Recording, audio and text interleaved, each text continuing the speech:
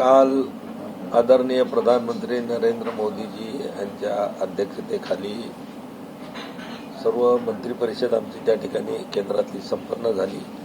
त्याच्यामध्ये जो विषय होता की सगळ्या मंत्रालयाला त्यांनी जे रिफॉर्म्सच्या बाबतीमध्ये त्यांनी मागच्या वेळेस सांगितलं होतं, मला वाटते 15 ऑगस्टच्या लाल किल्ल्याच्या भाषणावरूनही त्यांनी तो उल्लेख केला होता। आणि म्हणून मग या चालू वर्षामध्ये सगळ्या मंत्रालयांनी आपले जे काही मंत्रालयाच्या कामकाजाच्या पद्धती आहेत की ज्या लोकांसाठी अडचणीच्या ठरतात, त्याच्यामध्ये लोकांचा वेळ जातो, लोकांचा पैसा जातो, आणि म्हणून त्या सुटसुटीत करण्याच्या संदर्भामध्ये रिफॉर्म करण्याच्या बाबतीमध्ये त्यांनी सूचना दिल्या होत्या। जवळपास सगळ्या मंत्रालयांना आपले रिफॉर्म्स प्रधानमंत्री कार्यालयाला सादर केले होते। त्यापैकी काल 9 मंत्रालयाचा रिव्ह्यू कालच्या मंत्री परिषदेच्या बैठकीमध्ये घेण्यात आला आणि त्या मंत्रालयांनी ज्या ज्या काही सुधारणा केल्या, असे वेगवेगळ्या मंत्रालयांनी की कॉर्पोरेट मंत्रालय असेल, कृषी मंत्रालय असेल, असे वेगवेगळे 9 मंत्रालयाचे रिफॉर्म त्या ठिकाणी त्यांनी प्रेझेंटेशन दिलं सेक्रेटरींनी की आम्ही काय काय रिफॉर्म केले। आणि खरोखरच जी मोदी साहेबांची संकल्पना आहे ती ज्यावेळेस ते रिफॉर्म आम्ही सगळे मंत्री परिषदेमध्ये स्क्रीनवरती पाहत होतो, ऐकत होतो, तर खरोखर असं वाटलं की अनेक जुन्या ज्या काही गोष्टी आहेत की ज्याच्यामुळे लोकांना आपली गोष्ट साध्य करून घेण्यासाठी किंवा आपलं काम पूर्णत्वास नेण्यासाठी अनेकदा सरकारी कार्यालयाच्या चक्रा काटाव्या लागतात, पैसा खर्च होतो, अनेक अनास्तव डॉक्युमेंट्स त्यांना मागितले जातात। आणि म्हणून सगळ्याच मंत्रालयांना अतिशय चांगल्या प्रकारचं रिफॉर्म त्याच्यामध्ये केलेत आणि प्रधानमंत्री साहेबांनी सुद्धा ते खूप छान वाटलं। आणखीनही त्यांनी सांगितलं की सरकार जे हे लोकांचं सरकार आहे, लोकांना सरकार आपलं असं वाटलं पाहिजे। या सरकारमध्ये मंत्री असतील, सेक्रेटरी असतील, या लोकांनी जनतेसाठी समर्पित भावनेनं काम केलं पाहिजे, अशा प्रकारच्या सुद्धा त्यांनी काल सूचना दिलेल्या। सर, तुमच्याकडे खातं आलेलं 2 वर्ष आणि मागचे 10 वर्ष, खरं तर त्यावेळी स्वतंत्र मंत्री आयुष मंत्रालयात होते, वेगवेगळे प्रभार असलेले मंत्री होते, मात्र तुम्ही स्वतंत्र असताना तुमचे 2 वर्ष मागचे 10 वर्ष याच्यामध्ये काय फरक जाणवतो? नाही, आता त्यांनी पुढच्या बैठक त्यांनी सांगितली की लवकरात लवकर घेऊ। मागच्या 12 वर्षामध्ये जे काही रिफॉर्म केलेले कामं तर सगळेच मंत्रालय करतात, रुटीनचे कामं चालू असतात, पण रुटीनच्या पलीकडे जाऊन लोकांना सरळ कुठल्याही गोष्टीचा लाभ घेता यावा किंवा सरकारचा कुठलाही निर्णय असेल त्याचा सरळ फायदा लोकांना कसा होईल या बाबतीमध्ये जर जुन्या याच्यामध्ये काही अडचणी असतील तर त्याचा चांगला बसा सर्व सेक्रेटरीज असतील, मंत्री असतील, यांनी आपसामध्ये बसून चर्चा करून एकमेकाच्या मंत्रालयाशी सुद्धा संबंधित बऱ्याचशा गोष्टी असतात, तर त्या चर्चा करूनही आपण त्याच्यामध्ये नवीन रिफॉर्म त्यामध्ये आणले पाहिजेत। आयुष मंत्रालयाच्या बाबतीमध्ये जर तुम्ही विचारत असाल तर अनेक रिफॉर्म आमच्याही मंत्रालयानं त्याच्यामध्ये केलेले आहेत की जसं आहे की MSR, जसं आमचं जे मेडिकल शिक्षण आहे, आमचं आयुर्वेद असेल, होमिओपॅथी असेल, युनानी असेल, की याच्यामध्ये चांगली क्वालिटी कशी होईल, चांगले डॉक्टर्स कसे याच्यातून तयार होतील, कॉलेजांचं स्टँडर्ड काय असलं पाहिजे, त्या ठिकाणी फॅकल्टी कशा असल्या पाहिजेत, इन्फ्रास्ट्रक्चर कसं असलं पाहिजे, हे सगळं आम्ही त्या ठिकाणी या मागच्या वर्षापासून आम्ही ते जवळपास लागू केलेलं आहे। त्याच्यानंतर नेक्स्टची एक्झाम सुद्धा आपण त्याच्यामध्ये आणलेली आहे। पूर्वी एकदा BMS वगैरे किंवा झालं तर त्यांना कुठलंही नव्हतं, तर त्याच्या मागचा हेतू एकच आहे की बाबा लोकांना चांगली सेवा डॉक्टरांच्या माध्यमातून मिळाली पाहिजे, चांगले डॉक्टर जनतेमध्ये सेवा करण्यासाठी आपल्याकडून तयार झाले पाहिजेत। म्हणजे असे अनेक प्रकारचे अनेक योजना ज्या आहेत आमच्या सगळ्या NMPBची योजना असेल की जिथं आम्ही मेडिसिनल प्लॅन्टच्या बाबतीमध्ये त्याच्यामध्ये सुद्धा आम्ही रिफॉर्म केले किंवा शेतकऱ्यांनी सुद्धा त्यांच्या शेतीवरती मेडिकल प्लॅन्टची शेती केली पाहिजे। फॉरेस्टला सुद्धा आम्ही लेटर लिहिलं किंवा तुम्ही जे वृक्ष लागवड करता किमान त्याच्यामध्ये 15-20% मेडिसिनल प्लॅन्टची तुम्ही त्याच्यामध्ये लागवड केली पाहिजे।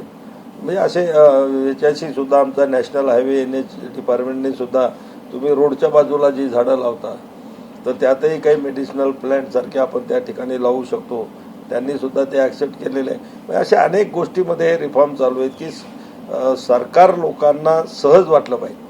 किंवा कुठंतरी असं प्रेशर लोकांना नको किंवा कुठली योजना किंवा कोणता लाभ पदरामध्ये पाडताना लोकांना कुठला त्रास व्हायला नको, त्यांना ती आपली योजना, आपला हक्क, आपला अधिकार समजून त्यांना सहजतेनं ती कशी मिळेल या बाबतीचं मार्गदर्शन पंतप्रधानांनी काल केलं. सर असं आहे की आज बँड्रामध्ये खूप मोठ्या प्रमाणावर अतिक्रमण विरोधी कारवाई सुरू आहे, पण एकनाथ शिंदेचा जुना व्हिडिओ व्हायरल केला जातोय बँड्राचा, म्हणून की त्यांनी तिथल्या लोकांना घर देण्याचं आश्वासन दिलं अशा स्वरूपात. नाही, हे बघा, एक सरकार म्हणून आणि आपले पंतप्रधानांनी सुद्धा लोकांना आणि भारतातल्या सर्व गोरगरीब जनतेला आश्वासित केलेलं आहे की सर्वांना चांगली पक्की चांगली घरं मिळाली पाहिजेत आणि त्यानुसार एकनाथ शिंदे साहेबांनी तो बाईट दिला असेल. निश्चित ही लोक जर यांचे सगळं डॉक्युमेंटेशन वगैरे यांनी जर याच्यामध्ये केलं, ते जर त्या योजनेसाठी पात्र असतील तर निश्चित त्यांना घरं दिल्या जातील. याच धर्तीवर मला वाटते शिंदे साहेब बोलले असतील. विधान परिषदेसाठी निवडणूक घोषणा झालेली आहे, 17 जागांसाठी निवडणूक होतीये.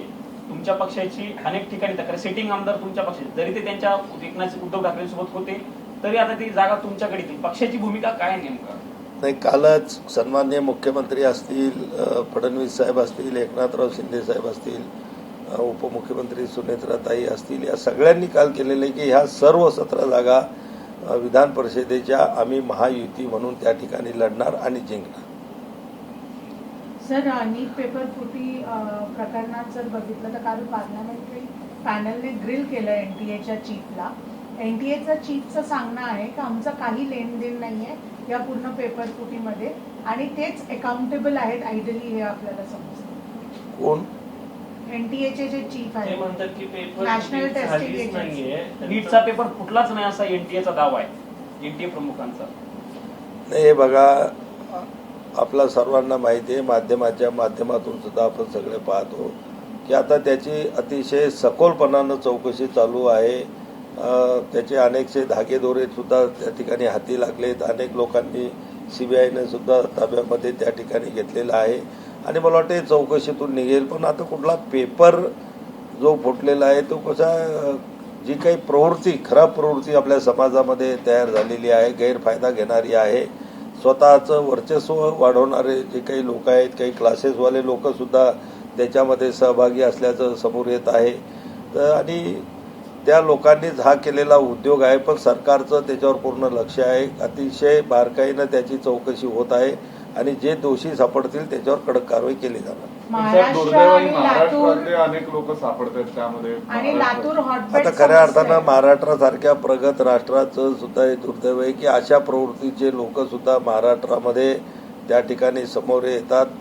आता मी सुद्धा महाराष्ट्राचाच नागरिक या नात्यानं मलाही असं वाटतं की अशा लोकांवर अतिशय कडक सजा त्यांना त्या ठिकाणी मिळाली पाहिजे की पुढच्या काळामध्ये असे प्रकार करण्याची हिंमत कोणामध्ये होणार. सर, प्रसाद लाड जे आहे ते त्यांना जीवा मारण्याची एकतर धमकी मिळाली आहे. ते मनोज जरांगे पाटलांच्या आज भेटीला गेले. नाही, मग त्यांनी काल सुद्धा सांगितलं की मनोज जरांगे पाटलांना त्यांनी जे काही आंदोलनाची भूमिका त्यांनी जाहीर केलेली होती तर त्यांचं सगळं मत, विचार हे समजून घेण्यासाठी प्रसाद लाड त्या ठिकाणी गेलेले आहेत. आणि मागच्या वर्षभरामध्ये मराठा समाजासाठी राज्य सरकारने काय काय निर्णय घेतलेत, काय काय सवलती दिल्यात, याची सुद्धा माहिती ते सविस्तर त्या ठिकाणी त्यांना देणार आहेत. आणि कदाचित आंदोलनापासून त्यांनी कन्व्हिन्स व्हावं. सरकार मराठा समाजाच्या बाबतीमध्ये आपले मुख्यमंत्री असतील, दोन्ही उपमुख्यमंत्री असतील, हे सहानुभूतीनं त्याच्याकडे पाहत आहे, सकारात्मक विचार त्याच्यावर सरकार करते आहे. मागच्याही उपोषणाच्या वेळेस त्यांना जी काही आश्वासनं दिली होती त्याची बऱ्यापैकी पूर्तता किंवा त्या कामाला सुरुवात झालेली आहे. आणि पुढचेही काही त्यांचे प्रश्न असतील तर निश्चित आज त्या ठिकाणी समजून घेतल्या जातील आणि त्याच्यावर योग्य ती नियमाप्रमाणे सरकार नक्की कारवाई करेल. गेल्या वेळी प्रसाद लाड असं म्हणाले होते की कोणाची तरी भेट होते जरांगेंसोबत आणि त्यानंतर मग त्या आंदोलनाची घोषणा करतात. त्यांचा इशारा कुठेतरी उदय सामंतांनी भेट घेतली असा होता आणि मग जरांगे आंदोलन करतात. नाही बघा, जरांगे एका समाजाच्या बाबतीमध्ये लढा त्यांनी उभा केलेला आहे. उदय सामंतच नाहीत, आमच्यासारखे अनेक लोक त्यांना ज्या ज्या ठिकाणी शक्य असेल किंवा संपर्क आला असेल त्या ठिकाणी भेटतात. लोकप्रतिनिधी म्हणून लोक त्यांना भेटतात. याचा अर्थ लोकप्रतिनिधी भेटतात आणि त्यांना आंदोलनासाठी प्रवृत्त करतात असं मला वाटतं कोणा समजण्याची आवश्यकता नाही. कदाचित त्यांनी सुद्धा उदय सामंत साहेबांनी त्यांना मराठा समाजाबद्दल शासनानं जे निर्णय घेतलेले आहेत कदाचित त्या बाबतीमध्ये त्याच्यावर चर्चा केलेली असेल. प्रसाद लाड यांचं असं म्हणणं आहे की शिवसेनेचे प्रमुख उद्धव ठाकरे आणि शरद पवार यांचा पक्ष शंड आहे, त्यांनी मराठा समाजाला आरक्षण दिलं नाही. ही गोष्ट त्या भाषेमध्ये बोलणार नाही, पण मी सांगतो की पूर्वीच्या सरकारमध्ये अनेक मराठा मुख्यमंत्री होऊन गेलेत की ज्यांनी जरांगे साहेबांच्या घोषणांचं किंवा त्यांच्या मागण्याचं समर्थन केलं. ते अनेक काळ अनेक वर्ष सत्तेमध्ये होते, मुख्यमंत्री पदावरही ते लोक होते आणि निश्चितच त्यावेळेस हे मराठा समाजाच्या हिताचे कुठले निर्णय त्या काळामध्ये घेतले गेले नाही. पण महायुतीच्या सरकारमध्ये मात्र 2014 पासून अनेक मराठा समाज असेल, त्यांचे विद्यार्थी असतील, या सगळ्यांसाठी अतिशय चांगल्या प्रकारचे निर्णय या महायुती सरकारनं घेतले. प्रसाद लाड यांच्या वक्तव्याशी सहमत आहात की शरद पवार यांचा पक्ष आणि उद्धव ठाकरे यांचा पक्ष शंड आहे? हे बघा, कोणत्या भाषेमध्ये कोण बोलायचं हा त्याचा प्रश्न असेल, पण निश्चित ते निष्क्रिय आहेत. त्यांनी समाजाकडे सहानुभूतीनं कधी पाहिलं नाही. समाजाचा वापर त्यांनी राजकारणातल्या निवडणुका जिंकण्यासाठी केलेला आहे. समाजाचा फक्त त्यांनी वापर केला. समाजाच्या हिताचे निर्णय घेण्याला ते सपशेल अपयशी ठरले, एवढं मात्र मी नक्की म्हणेन. सर, एक कॉक्रोच पार्टी जनता पार्टी जी आहे ती खूप सडनली फेमस झाली होती. काल त्याचं अकाउंट भारतात विथहेल्ड करण्यात आलं.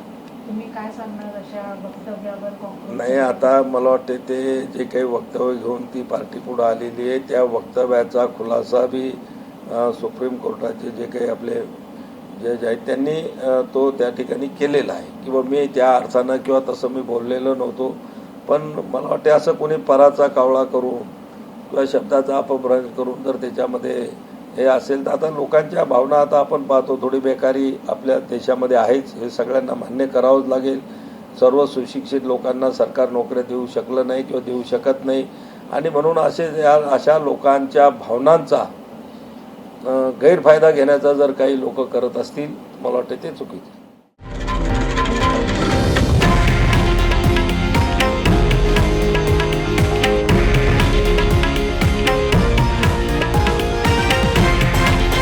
हे आहे देशातील नंबर 1 न्यूज नेटवर्क आणि आपण पाहत आहात TV9 मराठी, एकमेव.